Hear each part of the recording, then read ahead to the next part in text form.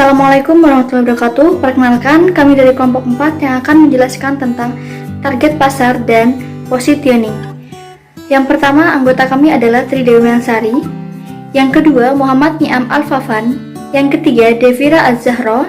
Keempat, Kristianto Wijaya. Yang kelima, Sofiatul Maulidia. Yang keenam, Tiara Ayu Oktania. Materi yang pertama yaitu target pasar. Apa sih target pasar tersebut? Target pasar ataupun targeting adalah suatu atau beberapa segmen pasar yang akan menjadi fokus kegiatan pemasaran yang akan dilayani semaksimal mungkin sesuai resource dan kemampuan perusahaan. Materi selanjutnya yaitu kriteria pasar sasaran. Yang pertama, responsif. Pasar sasaran harus responsif atau cepat merespon terhadap produk yang telah dikembangkannya. Contohnya saja, skincare yang telah digunakan oleh wanita. Apabila kita merespon dengan baik, maka skincare telah dilakukan oleh laki-laki. Kedua yaitu pertumbuhan memadai. Yang ketiga yaitu potensi penjualan. Apabila semakin besar pasar sasaran, maka akan semakin besar nilainya. Besarnya pasar tidak hanya dari populasi, tetapi juga daya beli dan keinginan pasar untuk memiliki produk tersebut.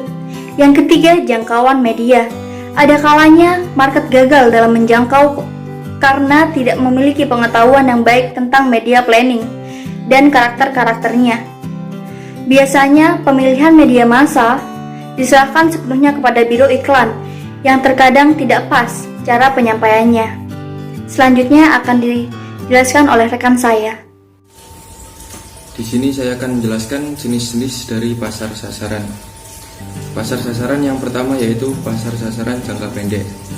Pasar sasaran jangka pendek merupakan pasar yang pemasarannya direncanakan akan dijangkau dalam waktu dekat dengan tujuan menghasilkan penjualan dalam waktu dekat. Dapat diambil contoh yaitu pada masa awal pandemi, banyak para pengusaha yang berlomba-lomba berinovasi, antara lain dalam hal masker, hand sanitizer, maupun aksesoris seperti konektor masker. Hal ini dikarenakan mereka melihat potensi dalam waktu dekat dan juga sarana bertahan hidup dari wabah pandemi, dalam hal ini perekonomian.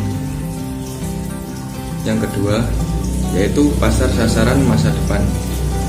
Pasar sasaran masa depan yaitu pasar yang direncanakan dalam waktu 3 atau 5 tahun dari sekarang.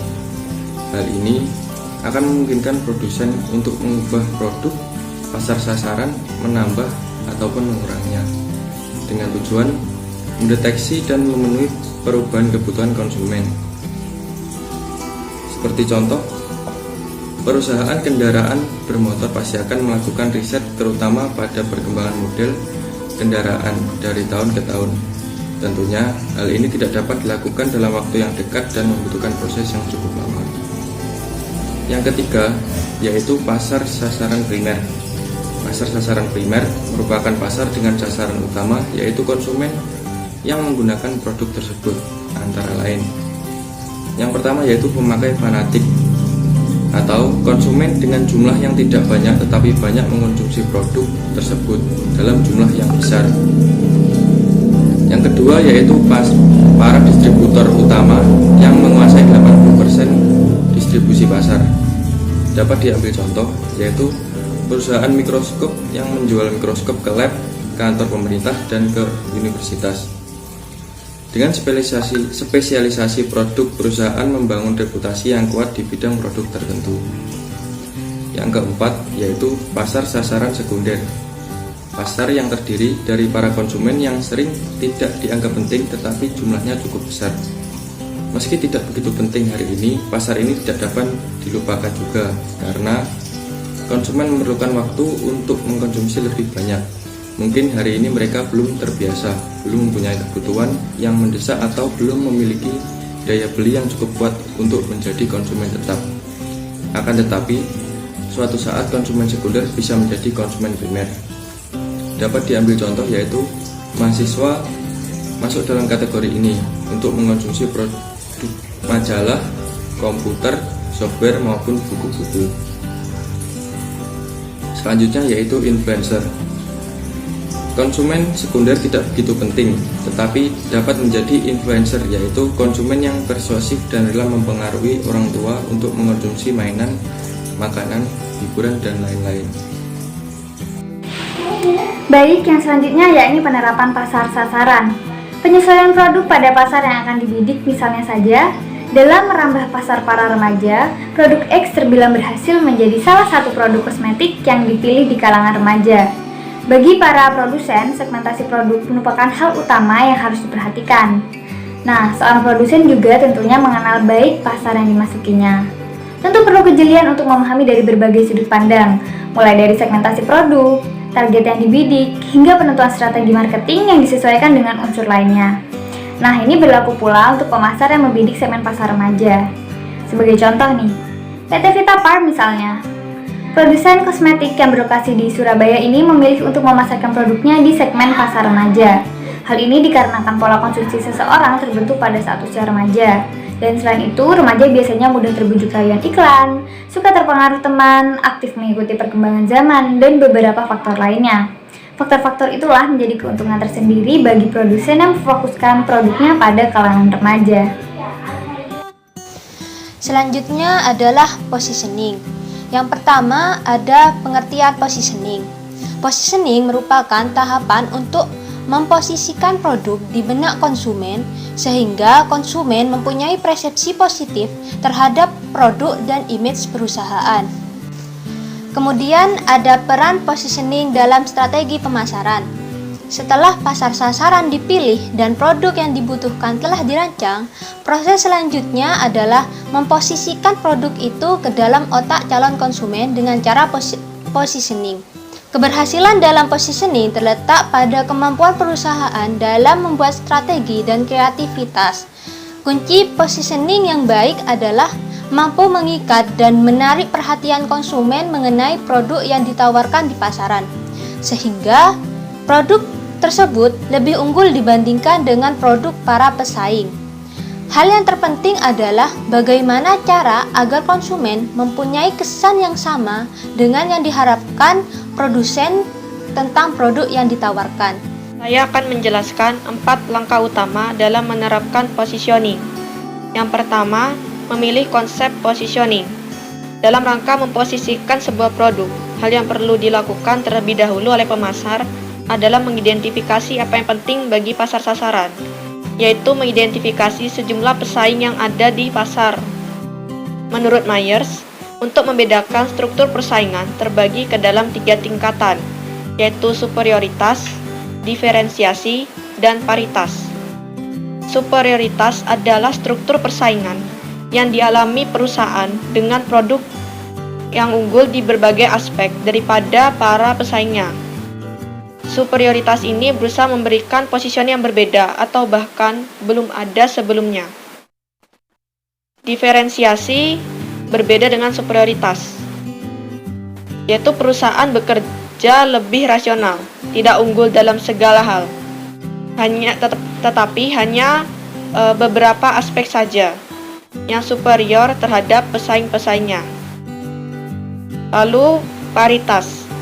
Perusahaan dan produknya sama sekali tidak dapat dibedakan satu dengan yang lain.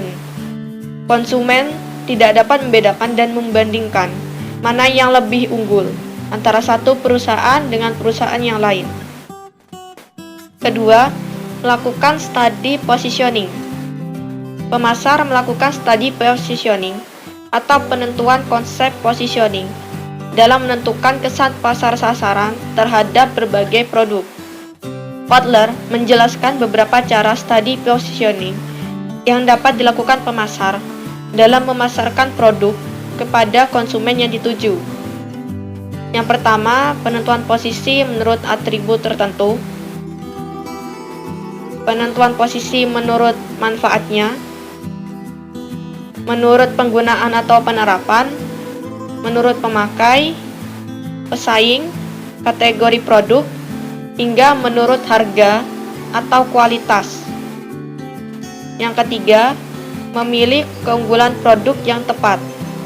Keterbatasan sumber daya membuat setiap pemasar harus cermat dalam memutuskan cara terbaik agar dapat mewujudkan konsep positioning sebagaimana diharapkan. Yang keempat, mengkoordinasikan komponen bauran produk. Mengkoordinasikan komponen bauran pemasaran, mulai dari produk, distribusi, harga, dan promosi, mendukung positioning yang diharapkan. Banyak positioning produk yang gagal dikarenakan adanya perubahan yang membingungkan pelanggan.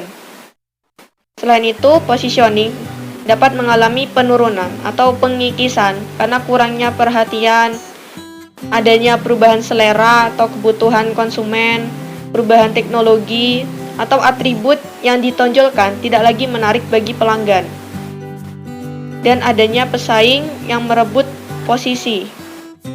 Oleh karena itu, harus secara rutin memantau posisinya, dan jika produk mengalami penurunan, perlu dilakukan perubahan identitas produk atau yang dinamakan repositioning, agar perusahaan dapat mempertahankan kesan unik dan superior di benak konsumen.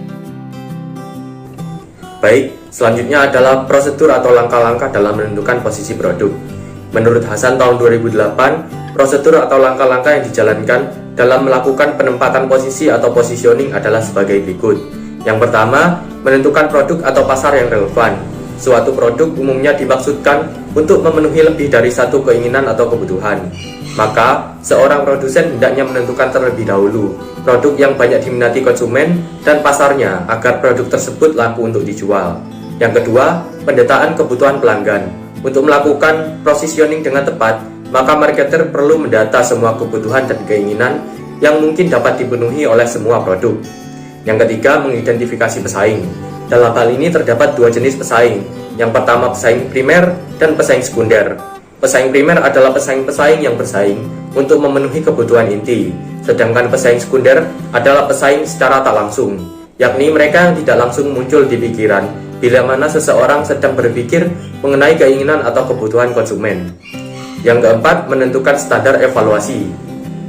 Dalam menentukan cara dan standar yang digunakan konsumen dalam mengevaluasi pilihan untuk memenuhi kebutuhan mereka, biasanya seseorang akan mengevaluasi berbagai alternatif pemecah masalah yang dihadapinya dengan cara dan berdasarkan standar-standar tertentu.